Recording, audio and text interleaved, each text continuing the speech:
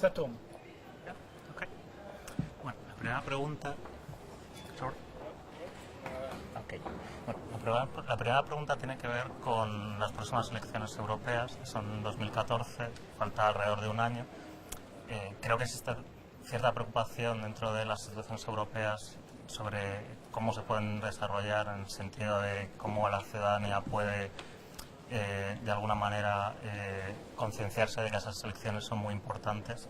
Entonces, como representante institucional de una de estas instituciones que van a ser clave en esas elecciones, ¿cómo interpretas el hecho de la falta de sintonía entre la ciudadanía europea y unas elecciones que se suponen clave para el futuro democrático de la UE?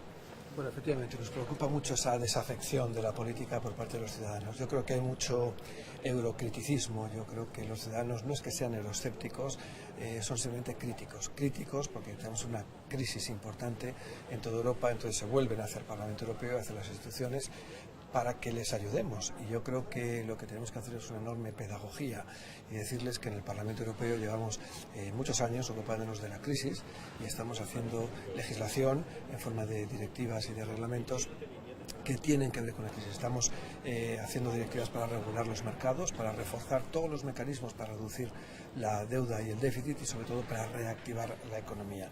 Y eso lo venimos haciendo desde el 2007. Lo que pasa es que la crisis muy potente afecta a la vida diaria y quizá durante mucho tiempo no hemos explicado bien, hemos informado, pero quizá no hemos explicado bien cómo y quién toma las decisiones. Y esa labor de pedagogía es muy importante para que los ciudadanos sepan que todo lo que sale de este Parlamento les afecta en su vida cotidiana.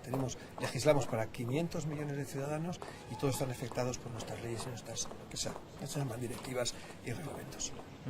¿Y cuáles van a ser específicamente algunas de esas herramientas con las que queréis transmitir esa utilidad que los ciudadanos quizá no perciben del todo o lo suficientemente? Bueno, yo creo que vamos a hacer una labor importante de pedagogía en dos ámbitos importantes. Uno, lo que son los valores europeos, que están en nuestro Tratado de Lisboa y que es nuestro ADN europeo, son nuestras letras de consanguinidad. Todos los europeos estamos atados por los mismos valores, como son la democracia, derechos humanos, la solidaridad, la defensa de los valores comunes. Y otra, nuestras labores legislativas. Vamos a mostrarles a los ciudadanos que llevamos legislando durante mucho tiempo, sobre todo después del Tratado de Lisboa, y que legislamos en todos los órdenes de la sociedad, en casi todos los órdenes. Legislamos muchas veces con el Consejo, en esa función que se llama de codecisión, que es un poco difícil de explicar, pero que codecidimos con el Consejo Europeo, es decir, con los ministros del ramo, sobre las leyes que nos afectan. Y vamos a hacer una campaña explicativa de cómo lo hacemos y en qué circunstancias lo hacemos. ¿Y cuáles consideras que son las leyes que los ciudadanos europeos perciben como más europeas? O sea, quiero decir, ¿cuál es el corpus legislativo que crees que realmente los ciudadanos entienden como europeos? ¿Cuáles son las leyes que ellos consideran que pues esta ley es verdad que viene emanada de Europa y es una ley útil y es una ley que nos afecta, y es verdad que estos señores que están en el Parlamento Europeo, en Estrasburgo o en Bruselas, han sido capaces de redactarla y de hacerla cumplir, y al mismo tiempo nosotros de asumirla como propia a 500 millones de habitantes? Bueno, a mí me gustaría que fueran todas y que todas fueran conocidas, lo que pasa que no es así. Sin embargo, las personas a las que les afecta sí que lo conocen muy bien. Es decir, tenemos personas, por ejemplo, el mundo de la agricultura. Todo el mundo sabe que la reforma de la política agrícola común sale del Parlamento Europeo. Ahora mismo, cuando estamos hablando de la unión bancaria, lo que el Parlamento está pidiendo a las demás instituciones, la Comisión y el Consejo Europeo, es que lo hagamos con ellos y que resolvamos todas las materias de la crisis que los ciudadanos nos están exigiendo todos los días.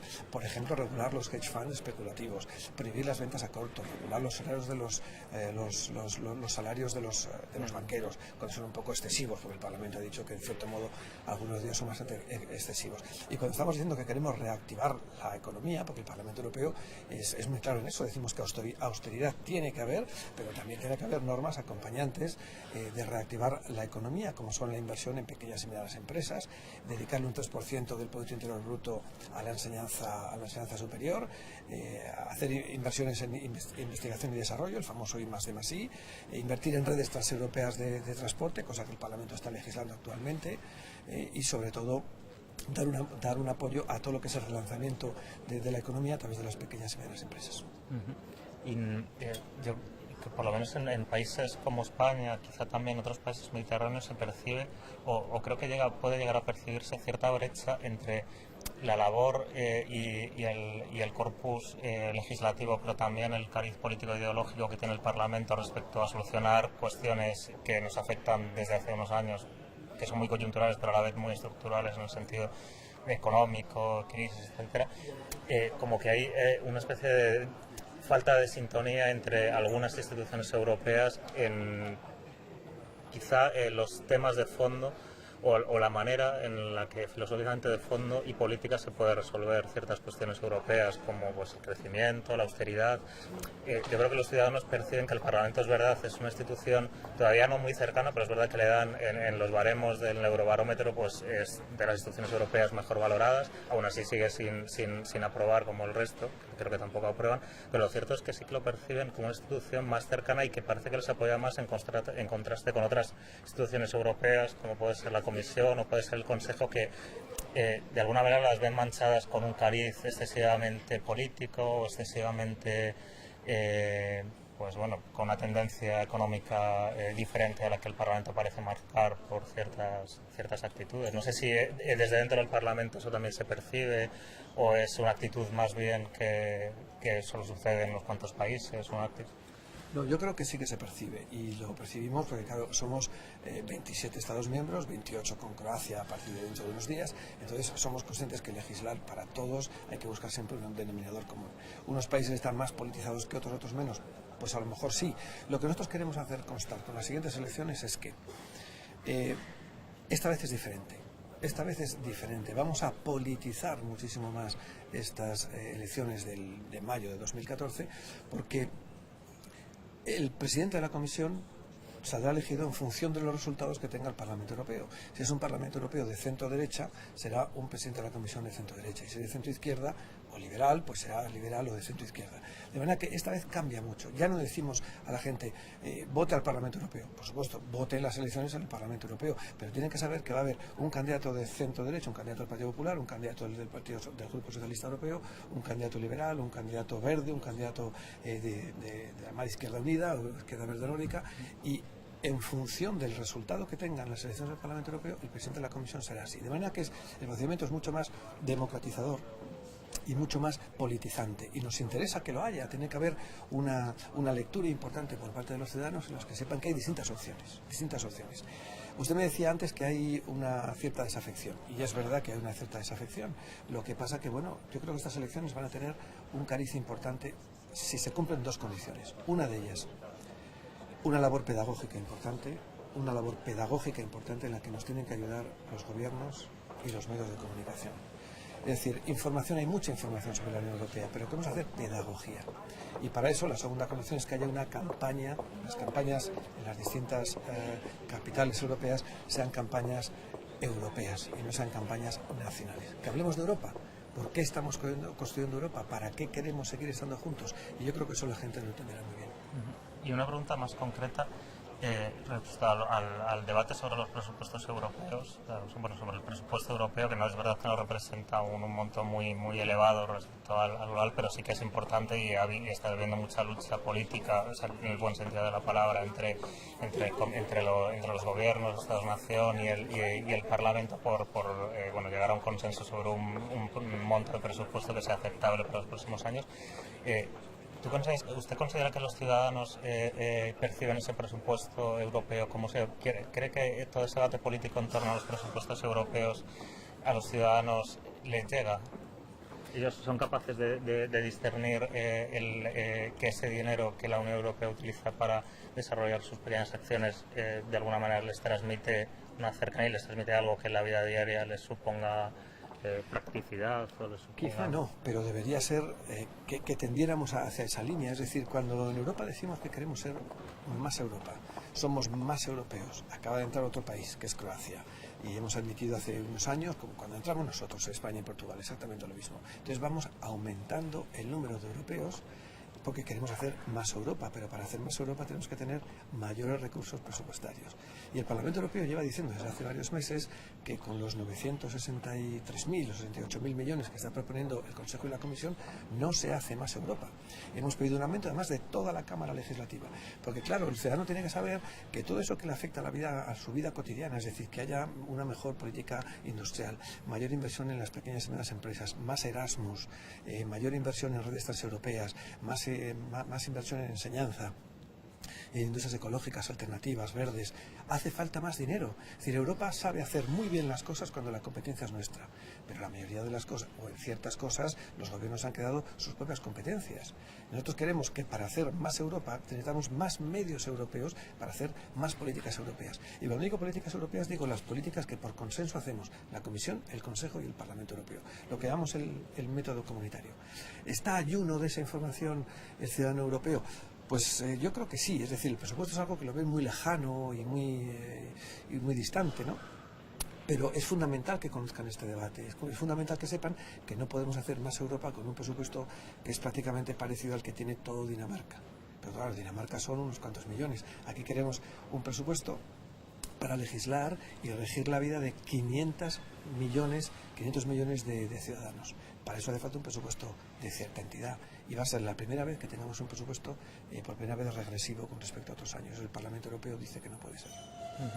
Y bueno, una última pregunta tiene que ver con una proyección a corto plazo posterior a las elecciones. Sé que es complicado hacer una proyección electoral, etcétera, pero sí que ¿cómo le gustaría que el Parlamento Europeo funcionara de aquí a 2 años vista, por ejemplo, la próxima legislatura?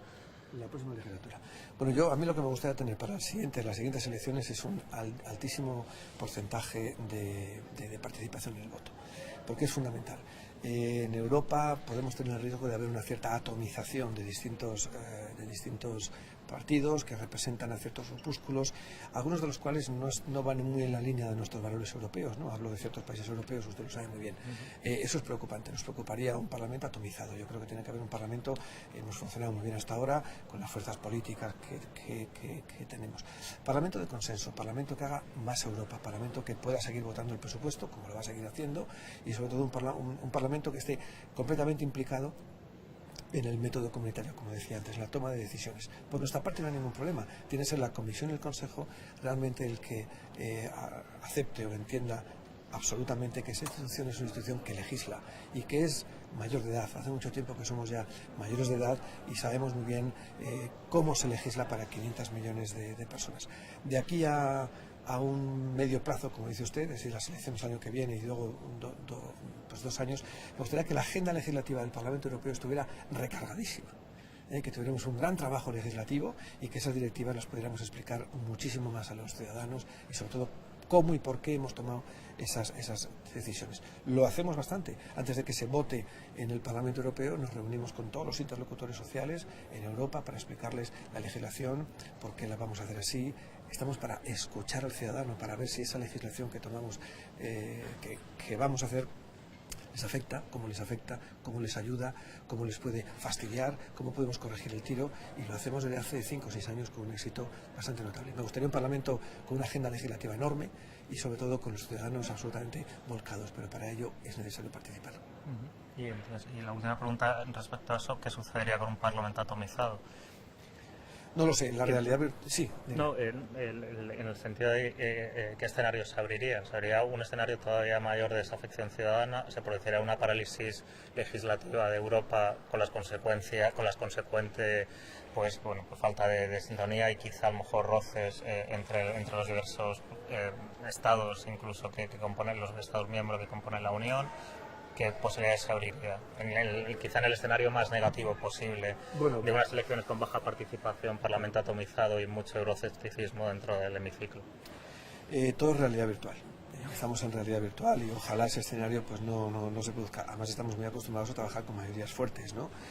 Con grupos políticos que saben muy bien lo que tienen entre manos. Pero claro, un parlamento atomizado no es bueno para nadie, es que no es bueno para ningún parlamento nacional. Los parlamentos nacionales y los gobiernos funcionan cuando tienen mayorías sólidas o mayorías de coalición entre ciertos grupos políticos. Pero claro, ¿cómo hacer una coalición, cómo hacer una mayoría con 20, 30 grupos, 40 grupos? Sería bastante complicado. Pero bueno, es realidad virtual. Yo espero que los ciudadanos tengan una respuesta masiva el mes de mayo próximo y que voten, y evidentemente el resultado que sea el resultado que aceptaremos todos. Pero yo creo que con mucha participación conseguiremos evitar esa atomización que creo, repito, que no es buena para nadie. Muy bien, pues nada más. Vale. Muchísimas gracias. ¿Te ha gustado? Mucho. Sí, sí. Bueno, no lo sé.